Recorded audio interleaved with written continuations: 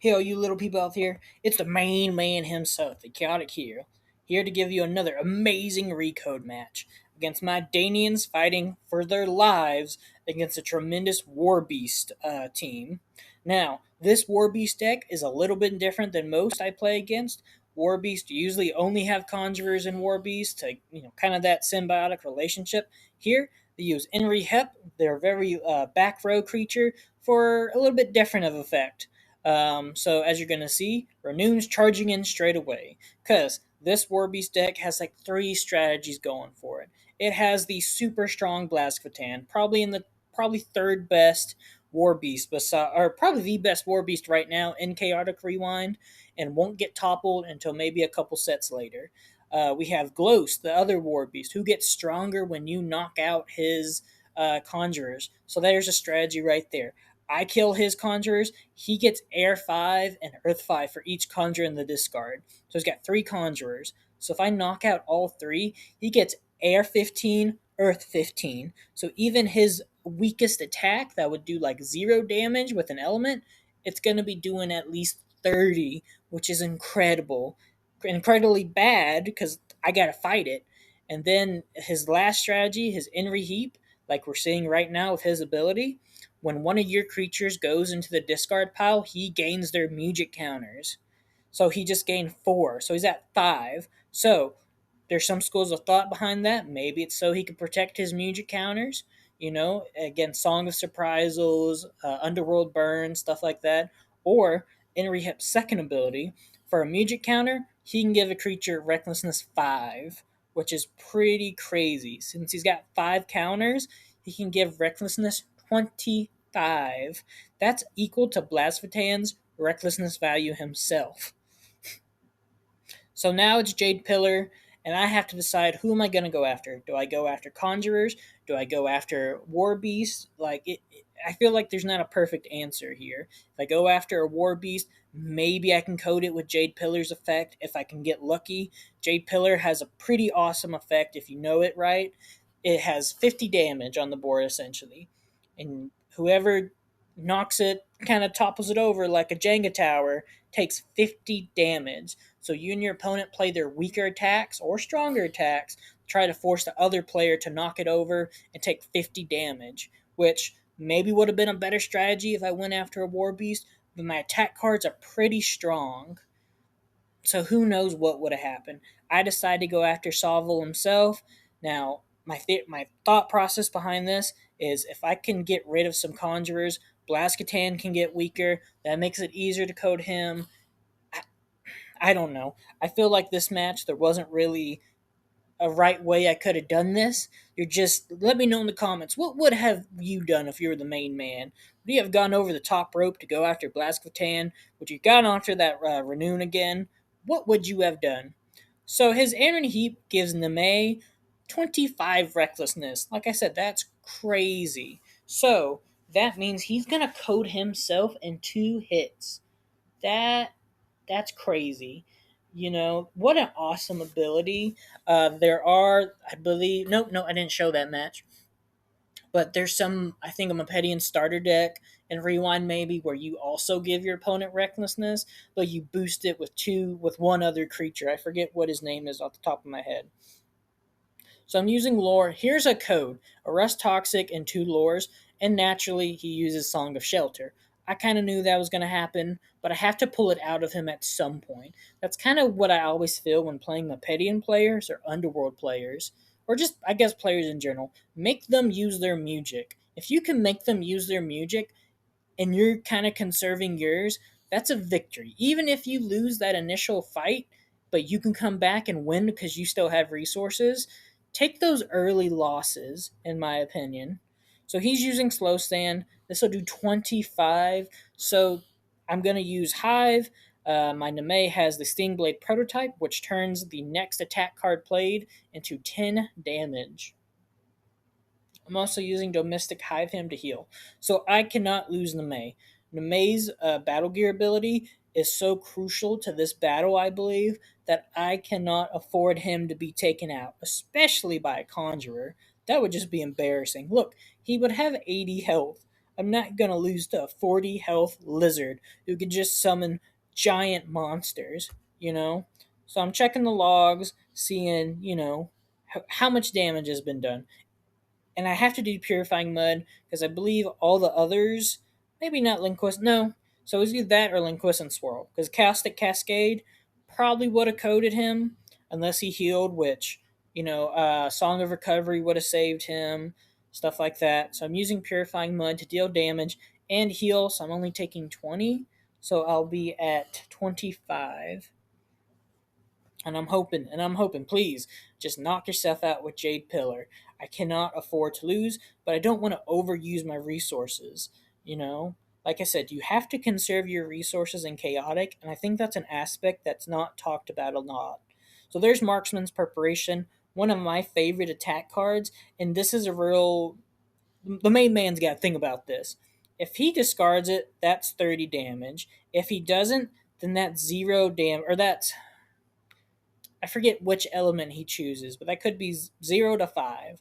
So not enough to topple the pyramid at Jade Pillar, but it's kind of a do I if I heal, he probably would have discarded it if he had it in hand. I have no idea if he had it in hand. So you're gonna see me click a lot, trying to figure out what to do. Again, I don't know what the right play would have been here. So I pass. He didn't discard it, so I'm alive, and if I don't heal, I'm coded. Because he's, like I said, my guy has Recklessness 25 himself. So let's see what I do. So I can heal with Domestic Hive him or Song of Symmetry. But it won't deal damage to him because of his Song of Shelter. So I'm going to go ahead and use Domestic Hive him to heal by 20. So I'll be at 20 health left. And I'm just, I'm thinking he's got to have some kind of attack card. Even if we knock each other out, I can be okay with that because at least that's a Conjurer gone. So we did another aftermath feat, and there's nothing I can do at this point. I don't have any zero attack cards. I believe the damage is at 45, so even that gear grind would have toppled it. There's nothing I could do. And I'm going to take the recklessness damage. I can't even heal out of this because Jade Pillar is going to do 50 damage to me. So he's using Melody of Mirage. Did I do that math wrong? Maybe I did that. No. No. Hmm. Maybe I did do the math wrong on that, and he would have took some damage. Either way, he uses Melody of Mirage to bring the attack to 0, but I code myself out with my recklessness, and that's a pretty big loss, I think, in this match. Losing that Sting Blade prototype, I think really could have came in handy in this match. So now I'm kind of debating what do I do, and I move my Earbeak up. Maybe I should put you Holden in the middle. Moved Queen Elixia up and used her defender abilities. Again, I think this is a match where if I misplayed, I don't think I misplayed as much as a match you'll see next week, which, oh my god, I think I played the worst match I've ever played. I did a misplay after misplay after misplay. I felt like I was like 5 again, trying to figure out Chaotic. I'm pretty embarrassed to show it next week. So get excited for that. So his Renoon's going in again. Again, the more conjurers he loses, the stronger his ghost gets. So he's pumping up his other Warbeast too. Even if I take out Blaskvatan, I have an even pretty strong Warbeast. I think without the conjurers going, Ghost is pretty easy to take out, but he's doing really good about this. You know, Sacrificing his conjurers. Now he does his flower. He puts the 2 counters on Savell because Savell reduces the War Beast recklessness by 10 for each Muja counter. So it's his War Beast are going to start dealing recklessness damage to himself, but not as much as if he never did it. And he puts the last 2 counters on the Enrin heap for his ability. He still has 4 Mujic cards he could play.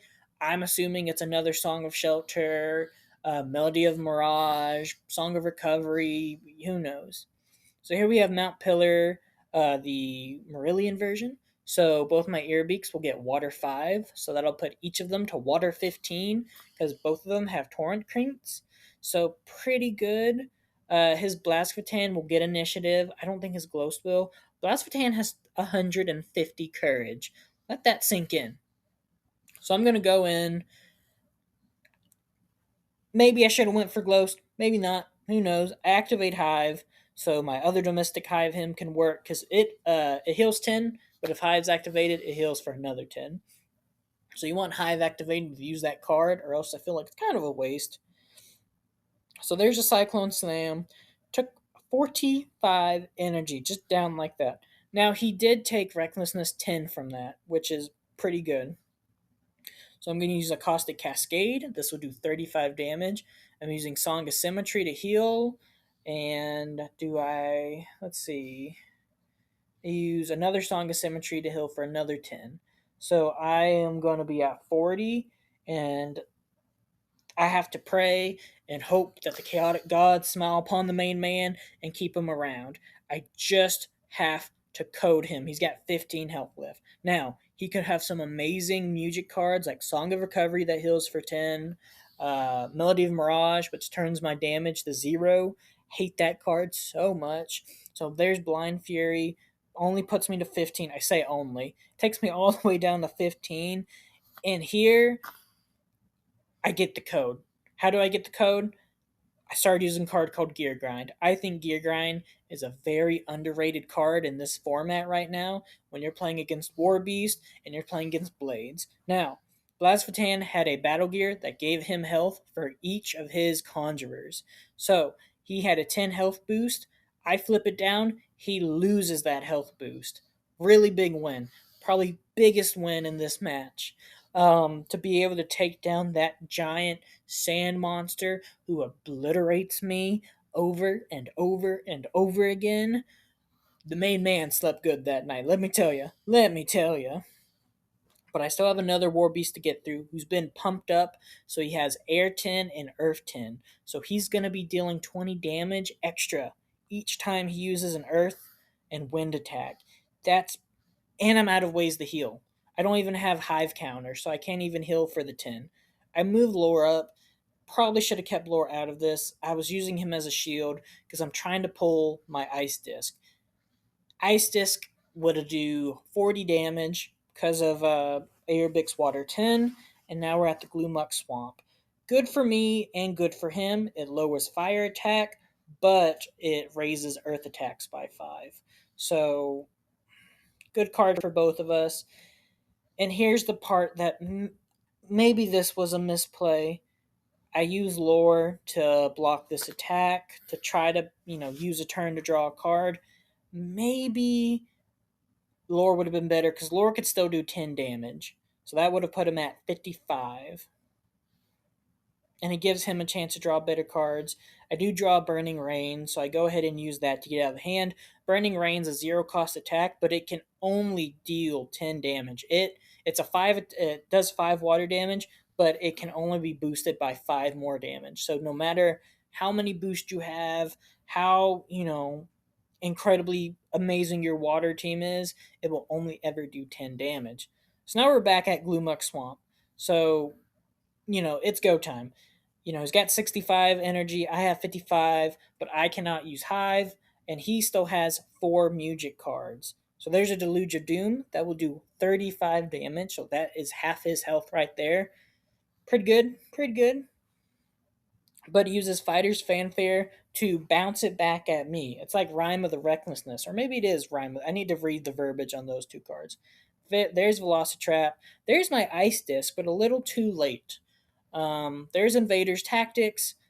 This Arabique's not going to make it. He uses Shriek Shock, but I do get a Magic counter for my Queen of the Danians again, so at least there's a little silver lining. And I have my Ice Disc, my most powerful attack card in this deck. Does 10 regular damage, 10 water, 10 earth, and has the ability that your opponent cannot play abilities once it's used. So it shuts down cards. So it's a phenomenal card. Of course, it has a build cost of 3, and it's only a rare. So here I'm using for my Uholden. I want to fight him on my own terms with my Earbeak at my own location. If I can save my Earbeak so he will get initiative and probably a boost, I feel like that's a better play. Here's Rust Toxic. I'm not expecting to win this fight. Ghost is going to take down your Holden probably in the next attack. Yep. So there's Mount Pillar at least. That'll give me 10 energy. And it's either I beat Ghost or I lose this match. There is no in between. My Danian Queen is not going to beat a giant war beast. Let me know if that's ever happened to you, though, because that would be incredible. I do get initiative, but I have to play cautious. I'm so afraid of another Melody of Mirage that I'm playing my weaker attack cards before my better ones. And this is where I think, this is the game I've lost. He's going to use Melody of Mirage. There's nothing I can do. So I just picked Illusion of Doom just to, fight to the last creature. Don't concede. You know, Here's my biggest gripe. If I'm playing against you, if the main man is fighting you, and it's the first little fight, and you somehow lose the first creature and then instant concede, I swear to God, the main man is going to throw you from the top rope and show you what a Blast Katana could really do. So there he uses Gear Crescendo to flip face down my battle gear so I don't get that water 5. He knocks himself out with his recklessness though. Now, here's the thing. That attack still goes through and knocks out that Arabic, but both his War Beasts are gone. Both his War Beasts are gone. It is the Queen versus one Conjurer and one Muge. I'm not out of the woods yet, though, because at least Savell has the attribute air, so he can still do air attacks. Where, so I think it's still anyone's game. I do have two really great attack cards, though, Swarming Destruction and my best attack card, Ice Disc, and it'll be my location next.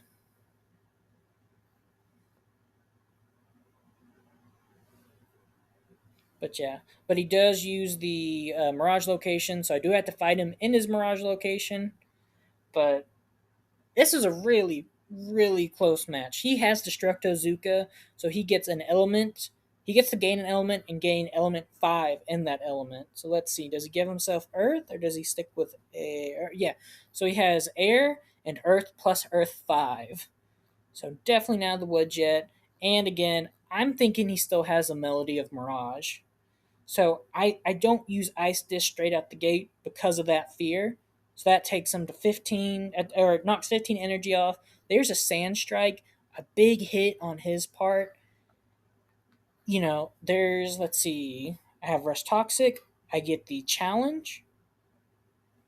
But yeah, and there it is. So then again, it turns out he didn't have another Melody of Mirage. He only had one Melody of Mirage. There's the match right there. He concedes shortly after, and I do it. I played against this guy like 4 times in a span of 2 or 3 days, and he won the other 3 times. This was the last time we played, and I won. The main man finally took down some War Beast. Probably the first time in Rewind that I've been able to knock down those towering brutes. Well, what do you think of the match? So, did I misplay somewhere and could have easily handed him his tail? Or did the main man succeed in ways that everyone's going to be jealous about?